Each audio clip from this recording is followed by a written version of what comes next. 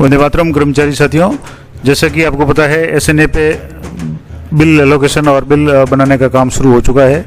आपके भी कार्यालय में जो भी एसएनए है उसमें जो स्वीकृति है, वित्तीय स्वीकृति, वो जारी हो गई होगी। इस बार काफ़ी कुछ बदलाव किया गया एसएनए में और पिछले साल जो भी कुछ कमियां थी उनमें भी सुधार किया गया है। तो सबसे पहले तो बात करेंगे कि क्या चेंज हुआ है। तो एक तो महत्वपूर्ण, जैसे यहाँ आप जो भी आईडी पासवर्ड डाल करके कैप्चा कोड भर के लॉगिन करेंगे, उसके बाद में यहाँ एजेंसी सेलेक्ट करनी है।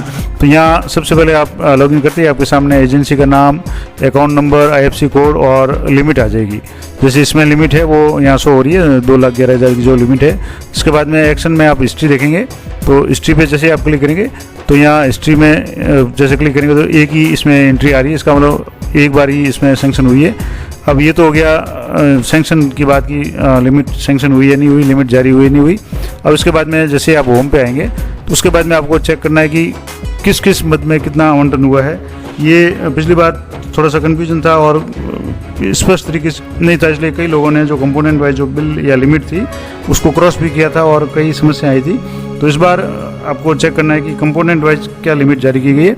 तो इसके लिए आप जैसे रिपोर्ट में आएंगे और रिपोर्ट में आने के बाद में यहाँ एजेंसी रिपोर्ट्स, और एजेंसी रिपोर्ट्स में अगर यहाँ जैसे डायरेक्ट रिपोर्ट्स पे आप क्लिक करेंगे और यहाँ से जैसे सेलेक्ट करेंगे तो कंपोनेंट वाइज एक्सपेंडिचर है, यहाँ से जैसे सेलेक्ट करेंगे और यहाँ डेट अगर आप भर दें, एक जैसे वित्तीय वर्ष की बात करें तो 1 अप्रैल से अगर मान लो शुरू कर दें और आज की तारीख तक अगर इसको यहाँ से सेलेक्ट करके पीडीएफ पे क्लिक करेंगे तो जो भी पीडीएफ डाउनलोड होगी उसमें लिमिट जारी होगी या नहीं होगी, क्योंकि ये जैसे साइट आउट हो रही है बार बार।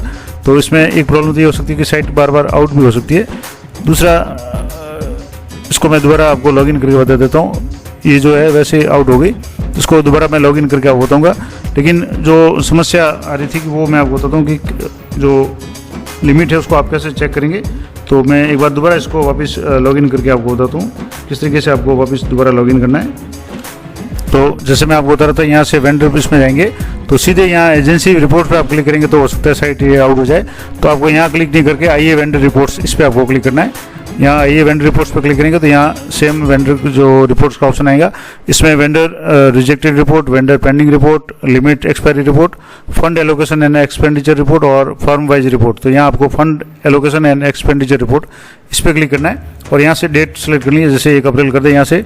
तो मैं जैसे यहाँ अभी 2023 की बात थी तो यहाँ इसको वापस डेट को है वो आप 1 अप्रैल से सेलेक्ट कर लें और उसके बाद में आज तक की तारीख तक का जो भी सेंक्शन है वो आप जानना चाहते हैं तो यहाँ आज की तारीख करके शो पीडीएफ पे आप क्लिक करेंगे तो एक नई जो पीडीएफ है वो आपके यहाँ इस तरीके से डाउनलोड हो जाएगी। और इस पीडीएफ में आप देखेंगे तो जो भी आपकी एजेंसी को जो लिमिट जारी की गई है, जो जारी की वो सारी यहाँ शो हो जाएगी। अब मैं आपको बता दूँ यहाँ कौन कौन सी लिमिट जारी की गई है। जैसे कंपोजिट स्कूल ग्रांट है, इसको मैं थोड़ा सा जूम करता हूँ।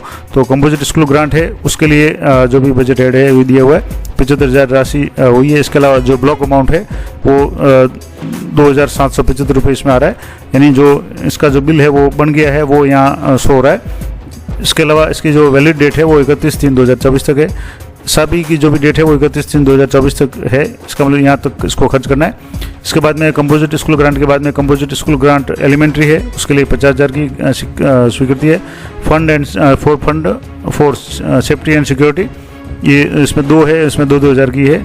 इसके अलावा mobility support for CRC monitoring of schools and teachers, इसके लिए 22,000 की सेंक्शन है। इसके अलावा sports and physical education elementary के लिए 10,000 की है।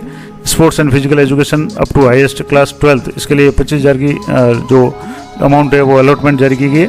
इसके अलावा यूथ एंड इको क्लब के लिए 15,000 और youth and eco club elementary के लिए 10,000। तो इस तरीके से ये तो होगी पूरी लिमिट की। आप किस तरीके से चेक कर सकते हैं कि आपके एजेंसी को कितनी लिमिट है वो जारी की गई है। तो एक तो ये महत्वपूर्ण था कि आप इसकी लिमिट कैसे चेक करेंगे। इसमें जैसे यहाँ जो एलोकेटेड अमाउंट है ये शो हो जाएगा ऊपर।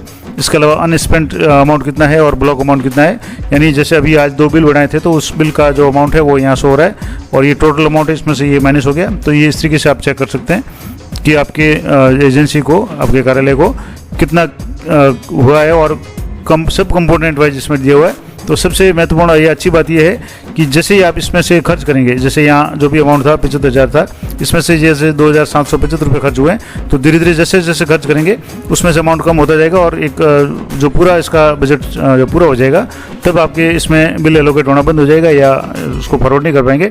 तो आप जो लिमिट है उससे ज़्यादा खर्च नहीं कर पाएंगे। तो ये सेफ्टी एक तरह से है, क्योंकि पिछली बार लोगों को लिमिट का पता नहीं था और लिमिट का पता था तो भी इस तरह का जो ऑप्शन नहीं था, इस कारण से कई मदों में कुछ एक्स्ट्रा भी खर्च हो गया, जो कि एक तरह से वित्तीय अनियमितता की श्रेणी में आ सकता है। तो इस बार काफ़ी सुधार किया। तो सबसे महत्वपूर्ण बात ये होगी कि इस तरीके से आप चेक करें कि आपके कितना फंड एलोकेशन हुआ है और एक्सपेंडिचर कितना हुआ है, ये महत्वपूर्ण जानकारी थी। अब इसको आप जैसे यहाँ से जाकर के रिपोर्ट्स में जाकर के एजेंसी रिपोर्ट्स और यहाँ सीधे रिपोर्ट्स पर क्लिक करेंगे तो आपके शो नहीं होगा, ये विशेष ध्यान रखें।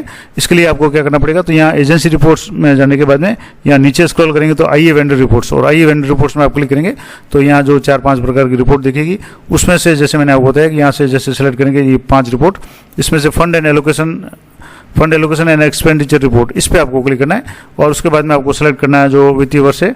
और इस तरीके से आप ये पूरी PDF है वो डाउनलोड करके चेक कर सकते हैं।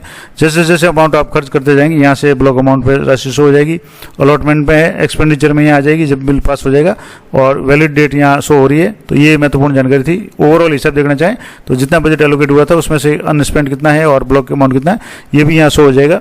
तो एक तो ये महत्वपूर्ण जानकारी थी। आशा करता हूँ ये जानकारी आपके लिए उपयोगी रहेगी। तो अगले जो वीडियो है उसमें मैं आपको बताऊंगा कि किस तरीके से आपको बिल एलोकेशन करना है और पूरा प्रोसेस, क्योंकि हालांकि गत साल मैंने इस संबंध में कई वीडियो बनाए थे, लेकिन इस बार कुछ बदलाव हुआ है तो मैं नई सिरे से आपको पूरा स्टेप बाय स्टेप प्रोसेस बताऊंगा कि आपको किस तरीके से बजट जो भी बिल एलोकेट करना है, क्या करना है, वो सारी जानकारी। तो वीडियो में बने रहें। अगली जो वीडियो में मैं पूरी डिटेल बताऊँगा। तो मिलते हैं नेक्स्ट वीडियो में, तब तक जय हिंद, जय भारत।